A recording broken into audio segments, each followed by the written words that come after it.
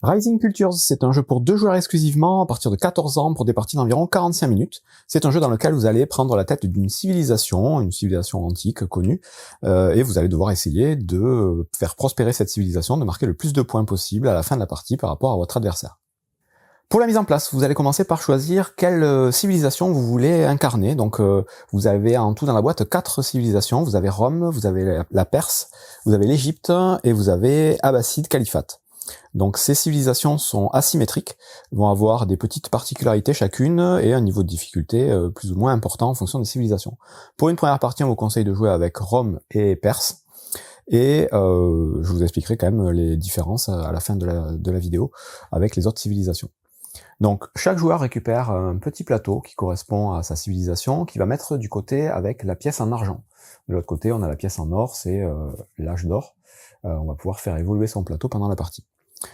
Ensuite, chaque joueur va récupérer le deck de cartes correspondant à sa civilisation. Donc on a le même nombre de cartes, 24, mais on va avoir des cartes différentes d'un deck à l'autre. Quelques cartes en commun, mais c'est quand même très asymétrique. Ensuite, on va avoir un certain nombre de pièces, on va mettre une réserve au centre de la table, et chaque joueur va commencer avec 2 pièces dans son plateau, à côté de son plateau. Et on va avoir un petit jeton de premier joueur, donc là on va déterminer le premier joueur aléatoirement, on vous dit celui qui s'est levé le plus tôt. Donc admettons ce soit le joueur qui est à Rome, il va prendre ce petit marqueur. Ensuite, on a dans le jeu, en plus des decks des civilisations, on a des cartes provinces, donc des cartes qu'on va essayer de conquérir. Ces cartes-là, il y en a un certain nombre dans la boîte, et bien vous allez en piocher exactement 7, que vous allez mettre au centre de la table, face visible, et vous allez les classer par ordre de numéros. Vous avez des numéros en bas sur fond blanc, il faudra les classer par ordre croissant. Ces 7 cartes, ce sont les cartes qu'on va essayer de conquérir à la fin de chaque tour, et donc on va faire 7 tours de jeu. À la fin du 7e tour, on va passer à un décompte de fin, et ce sera la fin de la partie. Avant d'aller plus loin dans les explications, il faut que je vous montre comment fonctionnent les cartes qu'on a dans notre deck. Ces cartes-là, donc, il y en a de différentes, sont toutes différentes, et elles vont avoir plusieurs caractéristiques. On va pouvoir les jouer différemment en fonction de ce qu'on veut faire pendant la partie. La première chose, c'est que on va avoir déjà au dos des cartes un petit symbole vert d'engrenage. Bon, ce symbole-là, quand la carte sera face cachée, on pourra l'utiliser pour améliorer notre niveau de progrès de notre civilisation sur le côté gauche de notre plateau. Tout ça, je vais y revenir. Sur le recto de la carte, on va avoir plusieurs choses à analyser. Donc déjà, tout en haut de la carte, à chaque fois, on aura des ressources. Les ressources, il y en a 4 différentes, en plus des pièces. Donc vous avez le bois, vous avez la brique, la pierre et l'or. Et donc il y en aura plus ou moins en fonction des cartes. De temps en temps, vous aurez aussi donc le symbole de pièces. Les pièces, c'est donc des ressources qu'on va gagner en tant que jetons et qui seront gagnées une seule fois et qui seront éventuellement dépensées. Les autres ressources, on va pouvoir les stocker sous notre plateau pour pouvoir les réutiliser à chaque fois qu'on en aura besoin. Donc ça, c'est une première chose. Tout en haut, c'est les ressources. En bas à droite, on va avoir les symboles militaires. Ces symboles militaires, il y en a 3 différents dans le jeu. Il y a le bouclier, l'épée et le cheval. Ces symboles-là, donc, il y en aura un en bas de chaque carte. Il va servir principalement à conquérir les provinces qu'on a au centre de la table. Enfin, on va avoir donc les pouvoirs des cartes. Donc déjà, vous pouvez voir qu'il y a différentes couleurs de cartes. Vous avez les cartes violettes, les cartes jaunes, les cartes bleues. Ça, ces couleurs, elles seront communes à tous les decks, à toutes les civilisations. Certaines civilisations vont avoir d'autres couleurs aussi, qui seront particulières. En plus donc de ces couleurs, on va avoir des petits symboles au centre. Et ces symboles-là, pareil, commun à toutes les civilisations, on aura les espèces de colonnes ici, qui sont les monuments qu'on va pouvoir construire, et les petites couronnes, qui sont les leaders, qu'on va pouvoir aussi mettre en jeu. Donc c'est 2 différents types de cartes. Après, il pourrait y en avoir d'autres, mais ceux-là sont communs à tous. Et donc, pour pouvoir utiliser les pouvoirs qu'on va avoir dans les bandeaux en bas, il va falloir pouvoir jouer la carte, ou la construire si c'est un bâtiment. Et pour ça, il faudra pouvoir payer les ressources qui sont indiquées sur la gauche de chaque carte. Donc une carte, quand on l'a en main, on peut la jouer soit pour ses ressources en la mettant en bas de son plateau, soit pour son symbole militaire en la mettant à droite de son plateau, je vais y revenir, soit pour son symbole de progrès vert en la mettant face cachée à gauche de son plateau, mais ça, ça va être différent pour jouer de cette façon.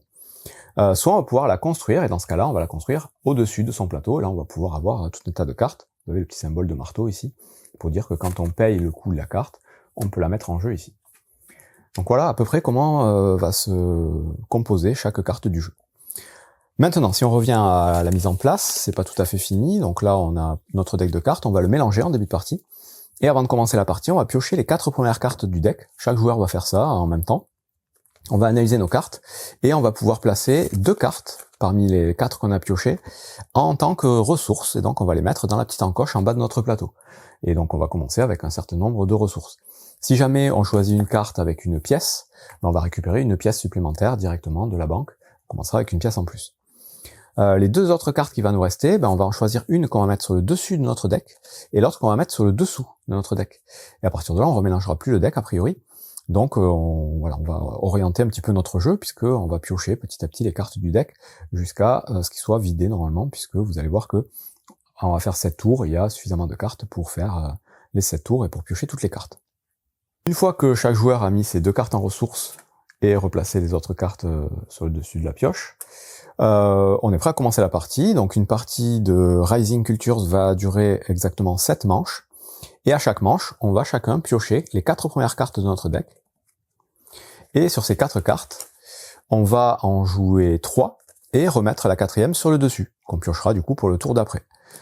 À la fin d'un tour, quand on aura joué nos 3 cartes, on va regarder qui a le plus de symboles militaires pour récupérer la première carte la plus à gauche des provinces qui sont en jeu. La carte sera éventuellement récupérée dans la zone de jeu du joueur, et ensuite on commence un nouveau tour en repiochant à nouveau 4 cartes et en jouant à tour de rôle 3 cartes parmi les 4 et en remettant une carte sur le dessus. On fait ça 7 fois, et au bout du 7e tour, on va faire un petit décompte de points, en sachant que les points, ce sont les petits symboles verts avec les lauriers là, qu'on va trouver un peu partout, que ce soit sur les cartes, sur le plateau, sur les cartes provinces, et vous aurez aussi des points sur le jeton premier joueur éventuellement. J'explique ça tout de suite. Donc on rentre dans le détail. On a pioché nos 4 cartes au début de notre tour. Là, on a tout de suite la possibilité, si on veut, de dépenser 1 ou 2 pièces maximum pour piocher 1 ou 2 cartes de plus dans notre deck. Et du coup se retrouver avec plus de 4 cartes. Ensuite, on va devoir, avant de commencer à jouer, défausser 2 cartes parmi, 1 ou 2 cartes parmi celles qu'on a piochées. Il faut que notre main, au début de notre tour, soit à 4 cartes. Donc on va avoir la possibilité de piocher des cartes supplémentaires en dépensant des pièces pour contrer un petit peu la chance et le hasard de la pioche. Et les cartes qu'on va défausser pour mettre notre main à 4 cartes, elles seront replacées sur le dessous de la pioche. Donc ce sont des cartes qu'on n'utilisera qu'en fin de partie. Donc ça voilà, c'est chaque début de tour, chaque joueur a la possibilité de dépenser 1 ou 2 pièces pour piocher 1 ou 2 cartes en plus pour contrer un petit peu le hasard. Et ensuite il remet 2 cartes sous la pioche et dès qu'il a sa main définitive de 4 cartes, on commence à jouer. Donc là, le tour de jeu, ça va se faire en commençant par le premier joueur, celui qui a le jeton engrenage. Il va jouer d'abord une première carte, puis son adversaire va jouer aussi une carte, puis ça revient, et on joue en tout 3 cartes. Donc première possibilité pour jouer les cartes, c'est tout simplement de défausser sa carte. On peut très bien défausser une carte, qu'on va mettre face visible à côté de notre pioche, c'est notre défausse. Défausser une carte, ça nous permet de gagner tout de suite 2 nouvelles pièces de la banque. Donc ça, voilà, première utilisation facile pour récupérer des pièces. Deuxième utilisation possible, c'est de rajouter tout simplement une carte en tant que ressource. Donc remettre une carte en dessous de notre plateau pour rajouter un peu plus de ressources pour pouvoir après construire des cartes ou des bâtiments. Troisième possibilité, c'est de jouer la carte en tant que carte militaire. Donc là, on va prendre la carte, on va la tourner pour mettre notre symbole militaire en face du premier fanion qui est disponible en haut de la carte sur la droite de notre plateau. Donc là, première carte militaire que je la joue ici. Dès lors qu'on a joué une carte militaire, tout de suite, on active éventuellement les petits symboles qui sont liés à l'endroit où on vient de jouer la carte. Donc là, par exemple, j'avais un symbole d'épée. Tant que j'ai pas la carte, il n'est pas actif. À partir du moment où je mets une carte en face, il devient actif. Donc là, j'ai tout de suite une épée et un cheval en tant que symbole militaire. Plus tard, je pourrais jouer une deuxième carte militaire, mais je vais la jouer tout simplement sur l'emplacement du dessous. Et donc, les symboles vont s'additionner. Donc voilà comment on joue les cartes militaires. Là, quand j'aurai mis ma 4e carte militaire ici, je vais activer ce petit pouvoir ici. Les pouvoirs, je vous les expliquerai après. Donc voilà, une autre utilisation des cartes, c'est rajouter des symboles militaires et débloquer d'éventuels bonus. Dernière utilisation des cartes, c'est évidemment de construire la carte. Donc là, j'ai une carte de type bâtiment. Je peux la construire. Donc si je la construis, je vais la jouer au-dessus de mon plateau. Et pour ça, il faut que j'ai les ressources indiquées sur la gauche de la carte. Donc là, on me demande par exemple 3 bois et 2 briques. Je vais regarder quelles ressources j'ai ici. Donc j'ai 2 bois, 1 brique. Donc il va me manquer 2 ressources. Pour chaque ressource manquante, on peut dépenser 2 pièces pour construire le bâtiment. Donc là, il me manquerait un bois, donc je vais payer 2 pièces pour le bois qui me manque, et il me manque une brique, donc je vais dépenser 2 autres pièces pour la brique qui me manque. Si j'avais eu toutes les ressources, j'aurais pu jouer la carte directement, gratuitement. À partir du moment où on joue une carte, son pouvoir est actif. Donc là, c'est un pouvoir qui va me permettre de marquer des points en fin de partie. Donc il n'y a rien de particulier. De temps en temps, on aura des pouvoirs qui seront utiles aussi pendant la partie. Et donc, dès qu'on a construit une carte, que ce soit un bâtiment ou un leader, donc je vous dis, il y a différents types de cartes. Vous avez les bâtiments, donc avec le symbole de colonne, et vous avez les leaders avec le symbole de couronne. Donc, elle se joue de la même façon, il faut avoir les ressources ici pour pouvoir les poser. La seule différence, c'est que les bâtiments, on peut en avoir autant qu'on veut, et par défaut, les leaders, on ne peut en avoir qu'un seul en jeu. Pendant la partie, si jamais on veut mettre un autre leader en jeu, on va devoir écraser le leader précédent pour avoir qu'un seul leader. Dans tous les cas, qu'on construise un type de carte ou l'autre, après avoir fait notre construction, on va pouvoir avoir la possibilité de défausser, plutôt de transformer notre dernière carte de ressources jouées en tant que carte progrès, qu'on va rajouter du coup face cachée en haut à gauche de notre plateau, donc en face du premier fanion, de la même façon que les cartes militaires, sauf que là c'est les cartes progrès. Là aussi, dès qu'on aligne donc la carte avec le symbole, ça débloque des petits pouvoirs et des petits bonus qu'on va pouvoir utiliser pendant la partie. C'est tout ce qu'on va pouvoir faire avec les cartes qu'on a en main pour pouvoir les jouer autour de notre plateau. Donc soit on les met en ressources, soit on les met en militaire, soit on les construit, et quand on les construit, on peut transformer une carte ressource en carte progrès. On peut aussi donc défausser une carte pour gagner 2 pièces. En plus de ces actions qu'on va faire avec les cartes, on va pouvoir faire une action gratuite à son tour, c'est celle de faire passer sa civilisation à l'âge d'or. Donc on commence côté argent ici. Pour passer à l'âge d'or, par défaut, il faut pouvoir payer 7 pièces.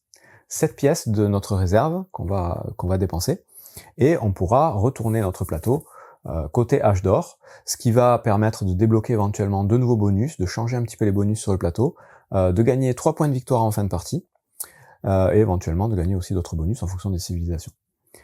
Pour pouvoir faire ça, donc faut payer 7 pièces, mais on peut avoir des réductions. Typiquement, on va pouvoir avoir une réduction de 1 pièce par ligne de progrès et de militaire complète. Donc là, j'ai une ligne complète, puisque j'ai une carte ici, une carte ici. Ça me réduit le coût de 7 à 6 pièces. Si j'avais eu la deuxième ligne complète, si j'avais eu donc une carte là et une carte là, ça aurait réduit le coût de 2 pièces et ainsi de suite. Donc plus on va avancer dans le jeu, moins ça coûtera cher de transformer notre civilisation en âge d'or. Voilà à peu près donc ce qui se passe à la fin pendant un tour, et tout ce qu'on va pouvoir faire. La dernière carte, donc je vous dis on pioche 4 cartes au début, la dernière carte qui nous reste après avoir joué 3 cartes à tour de rôle, on la remet sur le dessus de notre pioche, donc on la repiochera après. Et une fois donc on a joué nos 3 cartes et remis la dernière sur le dessus de notre pioche, on va regarder qui a le plus de symboles militaires correspondant à la province en jeu du tour en cours. Donc le tour en cours, c'est celui de la carte la plus à gauche. Là, on vous dit que pour gagner cette province, il vous faut avoir le plus de symboles d'épée et de chevaux. Donc là, on va regarder quel joueur a le plus de symboles d'épée et de chevaux. On va additionner. Donc moi, j'en ai 3 en tout. J'ai 2 épées, un cheval. Lui, il a qu'un bouclier. Admettons, il n'a pas joué de carte militaire ce tour-ci. Il a le droit. Dans ce cas-là, c'est moi qui peux remporter la carte. Si je décide de la remporter, je vais tout simplement la prendre et la rajouter à mon jeu ici. Ce qui me permettra de gagner son bonus, donc elles ont toutes un petit bonus en bas au centre, donc là en haut j'aurai une ressource permanente de bois, et éventuellement de gagner les points de victoire qui sont associés en haut. Donc c'est des cartes qui peuvent être intéressantes à gagner. Il peut y avoir aussi des petits combos à faire avec les petits symboles qui sont à droite des cartes ici. Il y a des cartes qui permettent de gagner des points de victoire en fonction des symboles identiques ou différents de cartes provinces qu'on aura collectionnées. Ces cartes-là, donc, c'est celui qui a le plus de symboles qui gagne, mais on peut très bien refuser de les prendre, parce que si jamais on décide de récupérer la carte, si c'est nous qui avons le plus de symboles, on est obligé de sacrifier la dernière carte militaire qu'on a jouée à côté de notre plateau, et de la mettre en défausse. Donc ça a un coût. On a envoyé des soldats à la bataille pour conquérir la province. Ça coûte une carte militaire de récupérer la province. Donc on peut très bien, même si on gagne, décider de ne pas prendre la carte. Dans ce cas-là, si l'autre joueur a au moins un symbole, peut décider de la prendre à ma place, en sacrifiant une carte militaire. Sinon, la carte est défaussée, tout simplement. Voilà, donc on regarde qui gagne la carte militaire, et ensuite on regarde qui a le plus de symboles progrès à gauche de son plateau, et ce sera ce joueur qui va récupérer le marqueur premier joueur pour la manche d'après. Donc là, moi j'ai mis 2 cartes, mon adversaire n'a pas mis, je garde le marqueur premier joueur. Si jamais il y avait égalité sur le nombre de cartes progrès, donc à gauche de notre plateau, le marqueur passerait d'un joueur à l'autre. Donc si c'est moi qui ai le marqueur et qu'on ait tous les deux cartes progrès, c'est l'autre joueur qui serait premier joueur au tour d'après. Et enfin, à la fin de son tour, on ne peut pas garder plus de 7 pièces dans notre réserve. Donc on est limité en nombre de pièces. Si on en a plus, tant pis, on doit les perdre. Maintenant, une fois qu'on aura résolu donc les 7 manches de la partie et qu'on aura récupéré la dernière carte province, on va passer tout simplement à un décompte de fin. Et pour ce décompte, on va prendre le petit bloc-notes qui est prévu à cet effet. Et on va donc comptabiliser tous les points en vert qu'on va avoir sur nos cartes. Donc on commence par les cartes qu'on aura construites au-dessus de notre plateau. On va regarder si certaines nous rapportent des points. Donc celle-ci par exemple, elle me rapporte 2 points par ressource d'or que je produis en fin de partie. Donc là, j'en reproduis une, donc je gagnerai 2 points tout simplement pour cette carte. Donc celle-là, elle rapporte pas de points par exemple, mais il y a d'autres cartes qui vont rapporter plus ou moins de points. Celle-ci elle rapporte directement 5 points par exemple. Celle-ci, elle va rapporter 1 point par carte construite au-dessus de notre plateau, donc sans compter les provinces, ça c'est pas des cartes construites. Donc on va compter le nombre de cartes, on divise par 2, ça nous fait 1 point. Et voilà, on regardera un petit peu, celle-ci par exemple, elle fera 3 points par trio de cartes de couleurs différentes, donc jaune, violette et bleu. Donc on additionne déjà ces premiers points, c'est les points qu'il y a ici. Ensuite, on va marquer les points de notre plateau. Donc si on est à l'âge d'or, déjà on va marquer 3 points, et ensuite on peut avoir éventuellement des points conditionnels ici, à gauche de notre plateau, si on a réussi à faire progresser nos cartes jusque-là. Donc là par exemple, ce plateau-là, on me dit que je marquerai 2 points par symbole de province identique parmi les provinces que je possède.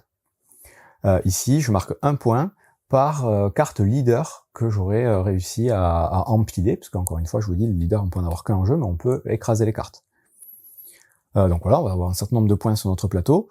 Ensuite, on va marquer les points des cartes provinces. Donc les cartes provinces vont avoir des points en haut à droite principalement, et de temps en temps, on va avoir aussi des points sur le pouvoir de la carte, comme celle-ci, qui nous dit qu'on marque 3 points supplémentaires si on est passé à l'âge d'or. Et enfin, le joueur qui aura le marqueur premier joueur à la fin de la partie marquera 3 points. On fait le total de tout ça, et celui qui a le plus de points est déclaré vainqueur, évidemment. Et précision, donc, pour les leaders qu'on va empiler, évidemment, toutes les cartes leaders qui seront en dessous ne seront pas comptabilisées pour le décompte de fin. Elles seront comptabilisées uniquement pour ce petit pouvoir-là, qui sert à marquer des points. S'il y a une égalité sur le décompte de fin en termes de score, c'est le joueur qui aura le marqueur premier joueur qui sera déclaré vainqueur. Voilà, c'est à peu près tout pour les règles globales du jeu. Maintenant, il faut que je rentre un petit peu dans le détail des petits pouvoirs et des petites subtilités qu'il va y avoir pour que vous voyez un petit peu tout le potentiel du jeu.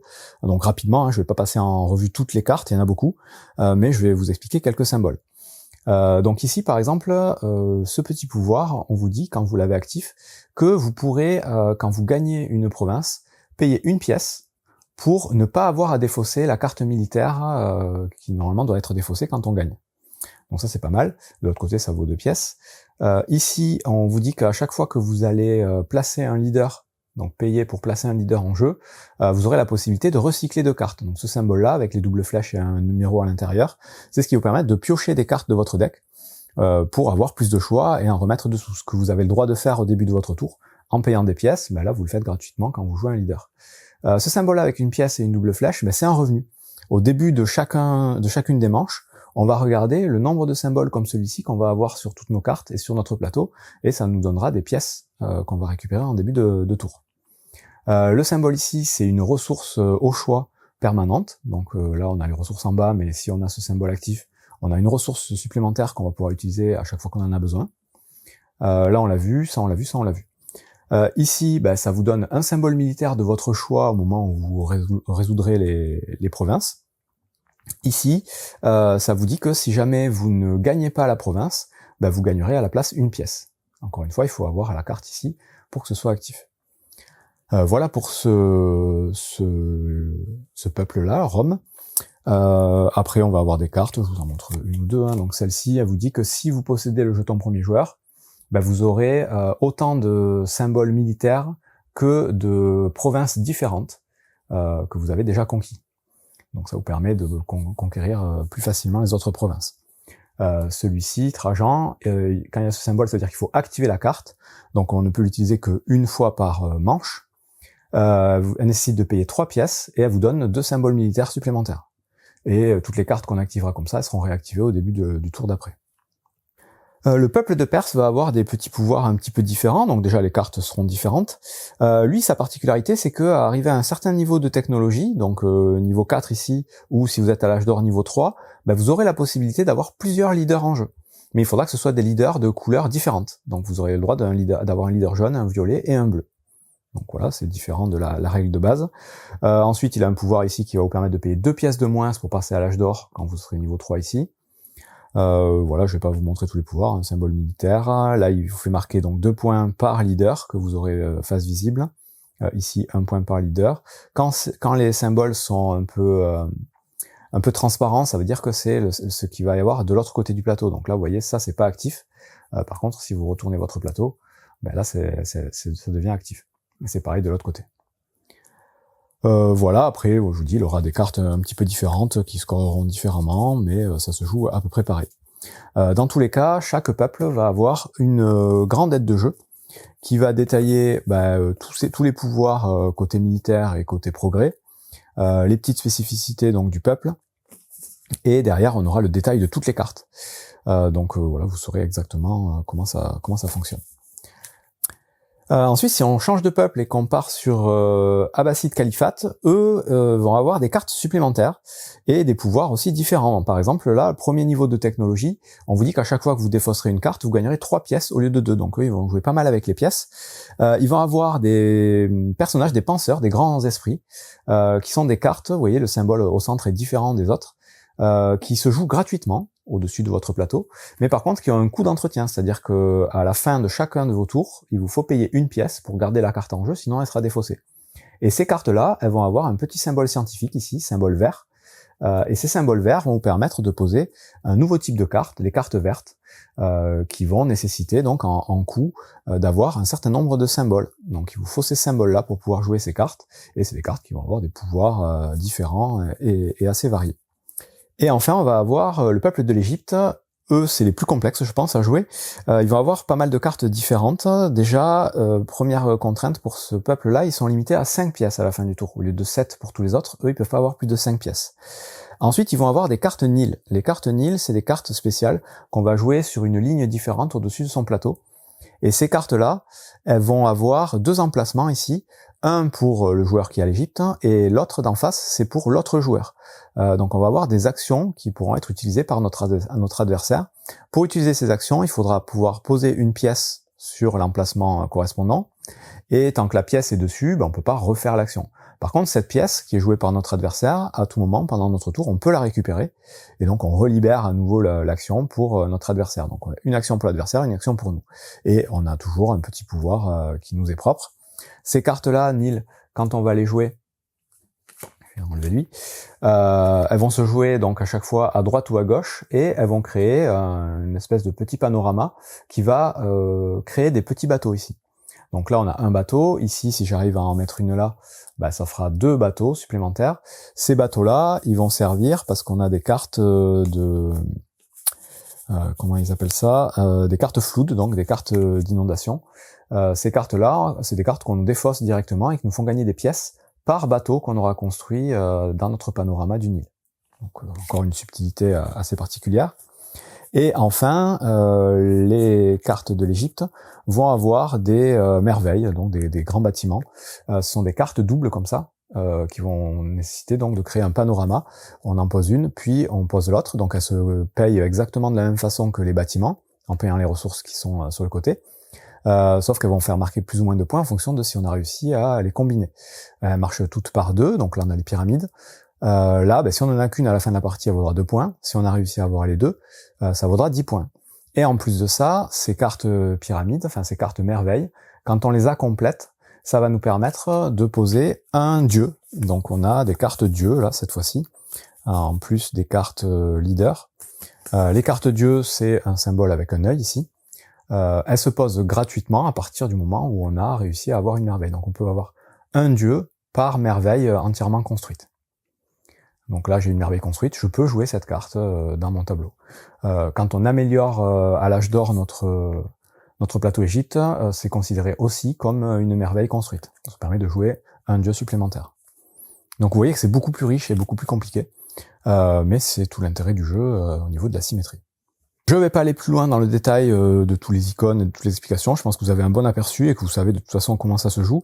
Après, très clairement, c'est un jeu qui va nécessiter un petit peu d'investissement puisque, je vous dis, toutes les cartes sont différentes, c'est asymétrique, et donc ce sera de plus en plus intéressant dès lors qu'on commencera à bien connaître un petit peu les cartes et les synergies qu'il peut y avoir entre toutes ces cartes. On vous conseille dans le jeu de faire pour une partie complète, de faire une partie chacun avec un peuple et une revanche en inversant les peuples. Et c'est faire le total des deux scores pour savoir qui est déclaré vainqueur. Comme ça, voilà, on ne peut pas dire que c'est un problème d'un peuple plus fort que l'autre. Ce qui est certain, c'est que il y a un vrai niveau de difficulté entre les peuples. Je vous dis, l'Égypte est beaucoup plus complexe à jouer, beaucoup plus stratégique. Rome, c'est peut-être le plus facile, mais ça a l'air quand même suffisamment équilibré. Et dans tous les cas, j'ai trouvé le jeu vraiment très intéressant. Il y a un petit côté Seven Wonders Duel pour les ressources déjà, l'histoire des merveilles, l'histoire des petits logos scientifiques. Donc on retrouve des idées empruntées à Seven Wonders Duel. Après, au niveau de la mécanique, ça n'a absolument rien à voir, si ce n'est que voilà, ça reste un jeu de cartes. Mais très intéressant, vraiment un jeu de civilisation, pas très long, les parties c'est 30-45 minutes, mais assez profond, assez riche, et je pense qu'avec le temps et la connaissance du jeu devient de plus en plus intéressant. Le jeu n'existe pour l'instant que en anglais, je ne sais pas si une édition française est prévue. Bon jeu!